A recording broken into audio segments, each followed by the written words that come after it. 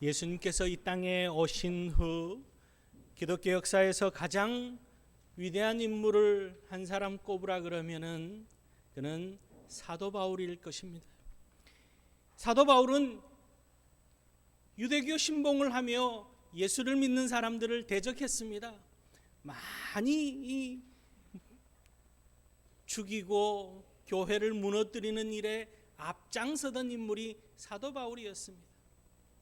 스데반 집사님이 돌에 맞아 죽을 때에도 증인으로 섰던 인물이 바울이었습니다. 그랬던 그가 담의 세계 예수 믿는 이들을 잡으러 가는 그 길에 주님을 만납니다. 그 길에서 강하고 빛으로 임하시는 주님을 만나고 나서 꼬꾸라지고 얼마나 주님께서 강하게 임했던지 3일 동안 앞을 보지 못할 만큼 그렇게 주님을 놀라운 경험을 합니다. 그리고 나서 예수님께서 참 구세주가 되시고 우리의 인생을 이끄시는 분이라는 것을 확신하고 나서부터는 180도 달라진 삶을 살기 시작합니다. 더욱더 예수님을 뜨겁게 사랑하고 또한 예수님을 위해서 온 정성을 다 들이며 순교하기까지 귀한 사명을 감당한 인물이 사도 바울이었습니다. 신약 성경 27권 가운데 13권을 기록할 만큼 열정적으로 전하고 가르치고 권면하고 그리고 자신의 그 믿음의 경험, 예수 그리스도를 만난 경험을 통해서 하나님께서 주신 은혜와 은총을 증거하는 일에 앞장섰던 인물이 이 사도 바울입니다. 사도 바울이 쓴 이 13권의 성경 가운데 가장 많이 등장하는 단어가 한 가지 있습니다. 그 단어는 주 안에서, 그리스도 안에서라고 하는 단어입니다. 주 안에서의 삶이 얼마나 기쁜지, 예수를 만나고 나서 자신의 삶 가운데 이 땅에서의 고통과 아픔과 고난이 찾아와도 주님 안에만 있으면 행복하다는 것을 온몸으로 경험하고 세상 지식, 세상 학문보다도 주님 안에서 예수 그리스도를 아는 지식이 너무너무 소중하다는 것을 사도 바울은 경험합니다. 그리고 나서는 그가 쓴 여러 편지 가운데 총 주 안에서, 그리스도 안에서라고 하는 단어가 약 160여 회 등장합니다. 가장 많이 등장합니다. 사도 바울이 감옥에 갇혀서 옥중에서 쓴 편지가 에베소서, 빌립보서, 골로새서, 빌레몬서 이 4편의 편지글입니다. 그 가운데서 그 교회들에게 편지를 하면서도 더욱더 간곡하게 당부하고 권면하는 것이 주 안에서의 삶을 권면합니다. 여러분, 오늘 우리도 마찬가지입니다. 예수 그리스도를 만났습니다. 예수 그리스도를 통해서 우리가 새 인생을 살고 있습니다. 주님 안에서의 삶, 예수를 만나기 전에는 주님 밖에서의 삶을 살았다면 이제 예수를 만나고 나서 우리는 늘 주님 안에서의 삶을 살고 있습니다. 주님 안에서 복되고 형통한 은혜가 넘치는 날마다 성공적인 인생을 살아가는 그런 복 있는 우리 성도님들 다 될 수 있기를 주의 이름으로 축원합니다. 그러기 위하여서 오늘 사도 바울이 빌립보 교회를 향해서 간곡하게 당부하고 권면하는 그 첫 번째는요, 우리가 또한 마음에 새겨야 될 그 첫 번째는 주 안에 굳건히 서라라는 거예요.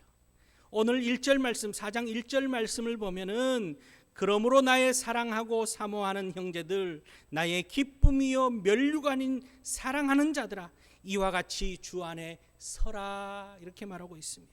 우리 성경에는 주 안에 서라 이렇게 기록되어져 있는데 헬라어 성경과 영어 성경에는 주 안에 굳건히 서라, 확고히 서라, 이 확고히라고 하는 단어가 하나 더 들어가 있습니다.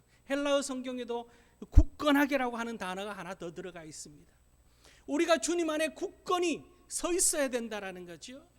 주님 안에 있는 우리의 삶은 믿음으로서의 삶이기에 세상이 아무리 요동치고 세상에 아무리 많은 유혹이 있고 세상에 아무리 고난이 찾아오고 어떤 어려움이 있어도 주님 붙들고 굳건하게 서 있는 그런 우리들이 되어야 한다는 거죠.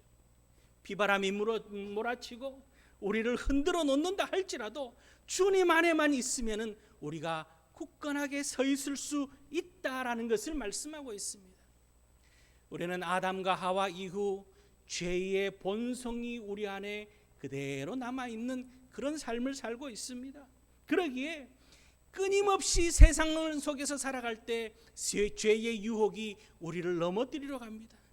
육신의 정욕이 우리를 넘어뜨립니다. 안목의 정욕이 우리를 넘어뜨립니다. 이생의 자랑거리로 보암직도 하고 먹음직도 하고 지혜롭게 할 만큼 탐스러운 것으로 죄는 끊임없이 우리를 유혹합니다. 이 죄의 유혹을 내 힘만으로는 우리가 감당할 수 없습니다. 사단의 그 괴계를 내 힘만으로는 이겨낼 방법이 없습니다. 또 우리는 어떻습니까? 누군가가 내게 뭐라고 한마디만 해도 우리는 상처를 입고 괴로워하며 속상해하고 절망하는 그런 인생이 우리 인생입니다. 이 죄 많은 유혹과 시련 가운데서 우리가 이길 수 있는 비결은 내 힘만으로가 아니라 주님이 주시는 은혜로, 주님이 베풀어 주시는 사랑으로, 주님께서 보호하여 주시는 주님의 돌보심으로 주님 안에 우리가 굳건하게 서 있을 때에만이 이 모든 것을 넉넉히 이길 수 있고 벗어날 수 있다라는 것을 오늘 말씀하고 있습니다. 그렇게 우리가 주님 안에서 열심을 품고 주님 안에서의 삶을 살아갈 때 하나님께서는 반드시 우리의 그 주님 안에서의 삶을 더욱더 기억하시고 큰 은혜로 갚아주신다라는 거죠. 고린도전서 15장 58절 말씀에 사도 바울은 이렇게 이야기합니다. 그러므로 내 사랑하는 형제들아 견실하며 흔들리지 말고 항상 주의 일에 더욱 힘쓰는 자들이 되라. 이는 너희 수고가 주 안에서 헛되지 않을 줄 알미라. 주님께서는 우리가 더욱더 주님 의지하며 그렇게 열심히 살아가는 것을 다 지켜보고 있습니다. 세상 사람들이 알아주지 않고 세상의 결과물이 좋아 보이지 않아도 우리가 믿음 안에서 흔들리지 않고 그렇게 굳건하게 열심히 살아가는 것을 주님께서는 다 알고 계시고 때가 되었을 때 착하고 충성된 종이라 칭찬하며 다 갚으시는 주님의 놀라운 은혜 가운데 우리가 있게 됨을 기억하고 더욱더 믿음 안에서 주님 안에서 굳건히 서 있는 그런 우리들 될 수 있기를 바랍니다. 더 나아가서는요, 우리가 주님 안에서 굳건히 서 있을 때 우리 안에 열매들이 주렁주렁 맺히는 삶을 살 수가 있습니다. 날씨가 급격히 추워집니다. 이제 서둘러서 농부들은 열매들을 걷어들입니다. 서리가 내리고 얼어붙기 전에 막 걷어들이려 손길이 바쁜 그런 때입니다. 올해도 예년에 비해서 더 풍년, 벼농사는 풍년이라고 합니다. 수고하고 땀 흘리는 대로 하나님께서 걷어들이는 축복을 주시는 거예요. 영적인 것도 마찬가지입니다. 주님 안에서 우리가 수고하고 땀 흘리고 열심히 행할 때 하나님께서는 우리 안에 귀한 열매의 삶 또한 허락하여 주시는 거죠. 요한복음 15장 5절 말씀에 나는 포도나무여 너희는 가지라. 그가 내 안에 내가 그 안에 거하면 사람이 열매를 많이 맺나니 나를 떠나서는 너희가 아무것도 할 수 없습니다. 우리가 주 안에 견실하게 서 있을 때, 굳건하게 서 있을 때 우리에게 열매들이 성령의 열매, 영적인 열매, 또한 이 땅에서의 주님이 주시는 풍성하고 기름진 열매들이 우리 가운데 많이 맺혀진다는 사실을 기억하고, 여러분, 어렵고 힘든 세상을 살아가고 있지만 우리는 능력 주시는 자 안에서 모든 것을 할 수 있다는 사실, 능력 주시는 자 안에서 모든 것을 할 수 있다는 사실을 기억하고, 때로는 우리의 인생에 실패가 찾아오고 우리의 인생에 상처가 찾아오고 우리를 절망케 만들고 좌절케 만드는 그런 많은 일들이 오늘 우리에게, 우리 귀에 들려오고 우리 현실 속에 나타난다 할지라도 주님 안에서만 있으면, 믿음의 위인들이 다 그러했습니다. 이삭이 그러했고 아브라함이 그러했으며 다윗이 그러했고, 또한 사도 바울 또한 주님 안에 있는 삶을 통하여서 그 모든 것들을 넉넉히 감당해내고 귀한 열매로 복되게 승리의 삶을 살 수 있었던 것을 우리가 기억하고, 여러분, 주님 안에 더욱더 굳건히 서 있는 그런 우리 성도님들 될 수 있기를 바랍니다. 세상이 아무리 요동친다 할지라도, 경제적인 요동, 질병의 요동, 모든 것들이 막 몰아친다 할지라도 주님 안에서 말씀과 성령 충만함으로 굳건하게 서 있는 우리 모든 성도님들 될 수 있기를 주님의 이름으로 축원합니다. 두 번째로 사도 바울은요, 우리가 세상을 살아가는 데 있어서 주 안에서 하나 되어라고 그렇게 권면하고 있습니다. 하나 될 때 큰 축복과 하나님의 은총이 임한다라는 사실을 오늘 말씀합니다. 2절 말씀을 보면은 내가 유오디아를 권하고 순두개를 권하노니 주 안에서 같은 마음을 품으라, 그렇게 말하고 있습니다. 빌립보 교회에 두 여성 지도자들이 있었습니다.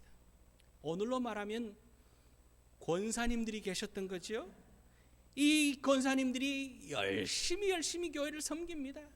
정말 교회를 쓸고 닦고 섬기는 일에 참 앞장섰던 인물이 이 유오디아와 순두개입니다. 그런데요, 유오디아와 순두개 권사님이 유권사님과 순권사님이 만나기만 하면 부딪히는 거예요. 유권사님이 이렇게 하려고 그러면 순권사님은 그래 해가지고는 안 된다고. 또 순권사님이 하면은 유권사님이 그렇게 해서 되느나 봐라, 부딪히는 거예요. 자기 방법이 옳다라는 거죠. 여러분, 왜 부딪힙니까? 내 생각이 옳고 네 생각은 틀렸다라고 하니까 부딪히는 거예요. 서로가 서로를 인정해야 되는데 인정하지 않음에서부터 충돌이 일어나기 시작하는 거예요. 끊임없이 이 유오디아와 순두개가 부딪히니까 그 가운데서 상처 입는 교인들이 생겨나기 시작합니다. 그 가운데서 편가름이 생겨나기 시작합니다. 이 교회에 열심히 있긴 했지만 열심으로 나타나는 문제가 감옥에 있었던 사도 바울의 귀에까지 들려졌습니다.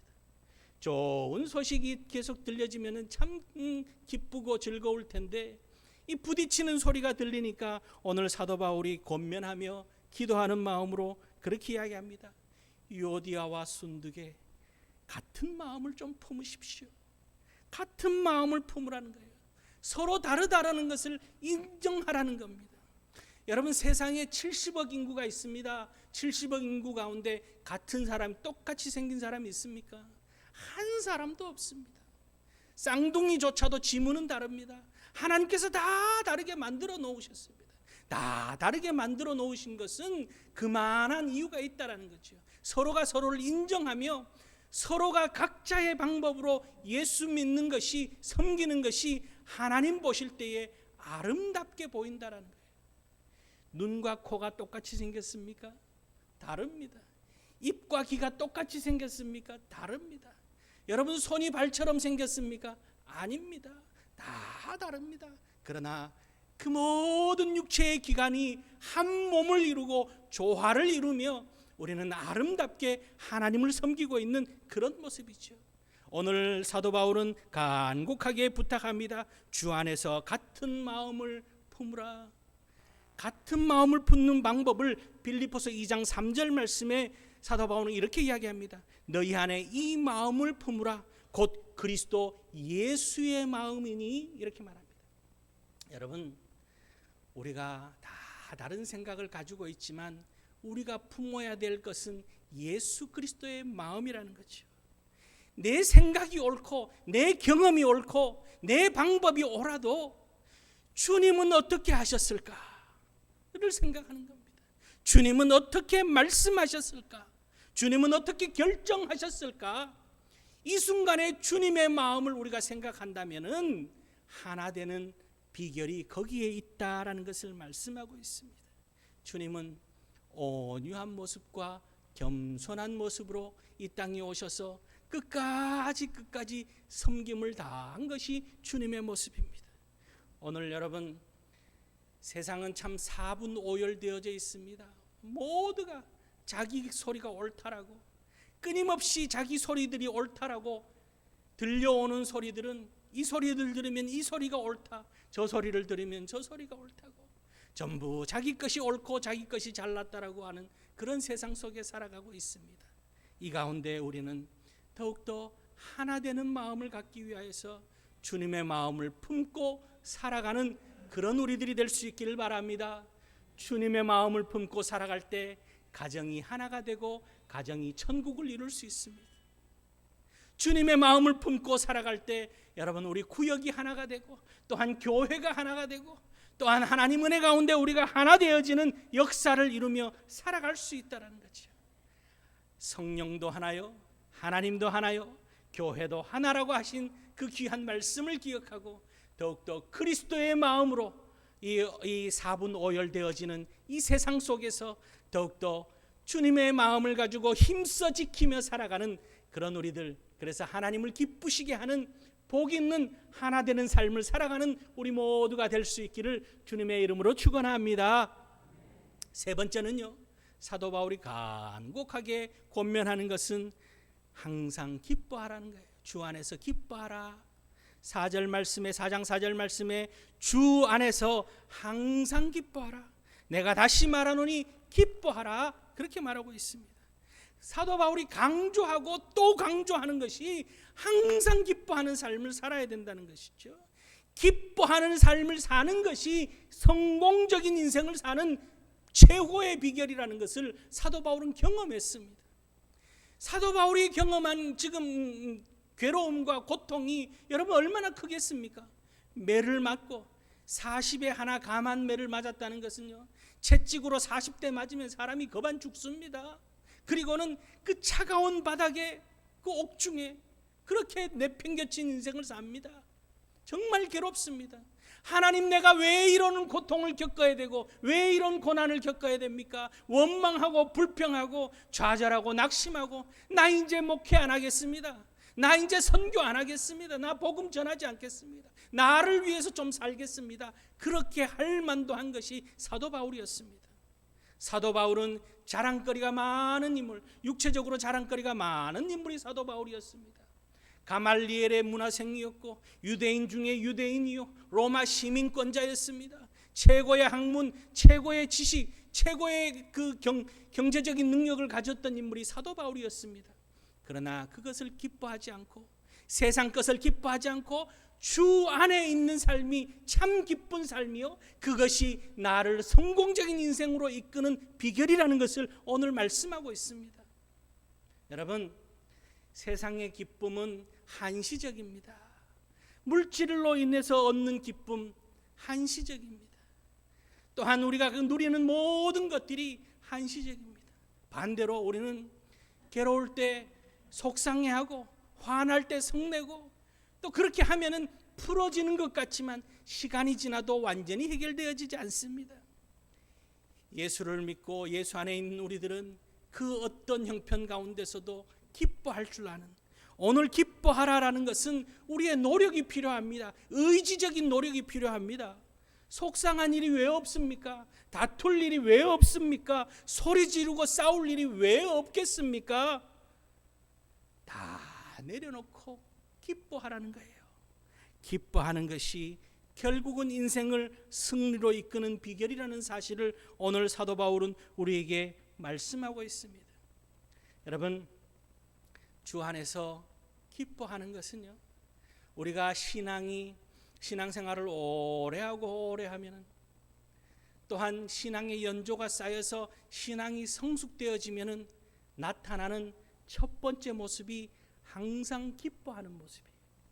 어떤 형편 가운데서도 기뻐할 줄 아는 것이, 감사할 줄 아는 것이, 용납하고 이해하고 용서하고 감싸주고 덮어주며 기뻐할 줄 아는 것이, 그것이 신앙의 연륜이 쌓인 모습이요, 신앙생활 오래, 죄송합니다, 오해하지 마세요, 신앙생활 오래 했어도 끊임없이 화내고 소리 지르고 그러면은 신앙의 성숙을 이루지 못했다라고 우리가 판단해도 거의 틀리지 않은 모습입니다.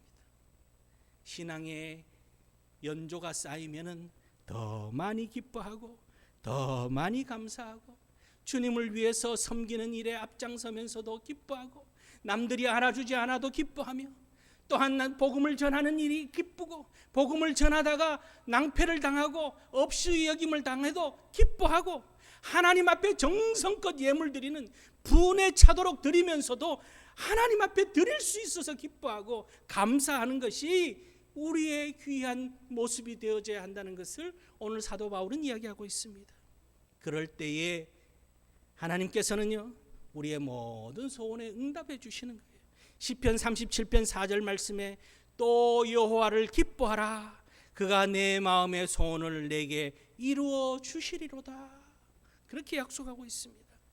우리 안에 샘솟는 기쁨이 넘쳐남을 통하여서 하나님의 놀라운 축복과 응답의 역사가 넘치는 그런 복 있는 삶을 살아가는 그런 우리들 될 수 있기를 주의 이름으로 축원합니다. 코로나19가 발생하고 2년이 가까이 다 되어가고 있습니다. 한국 교회가요, 전체적으로 교인 수가 약 30% 이상 감소했다 그래요. 교인들이 그렇게 줄어든 거예요. 평안할 때, 잘 될 때는 잘 모릅니다. 늘 즐거울 때는 다 좋은 것 같습니다. 그런데 어려움이 찾아오고 힘든 일이 찾아오고 괴로운 일이 찾아오고 문제가 찾아오니까 신앙의 모습들이 드러나기 시작합니다.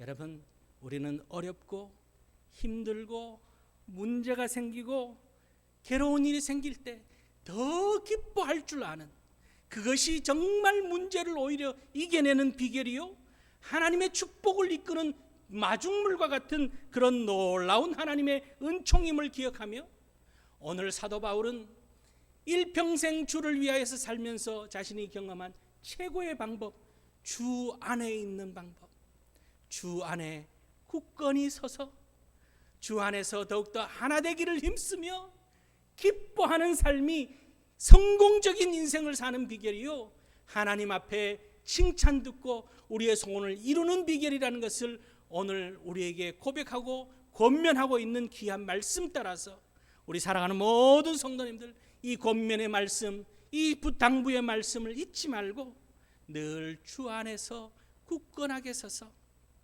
나보다도 남을 더 귀하게 여길 줄 알고, 그리고 항상 기뻐함을 통하여서 승리하는 인생을 사시는 그런 우리 모두가 될 수 있기를 주님의 이름으로 축원합니다.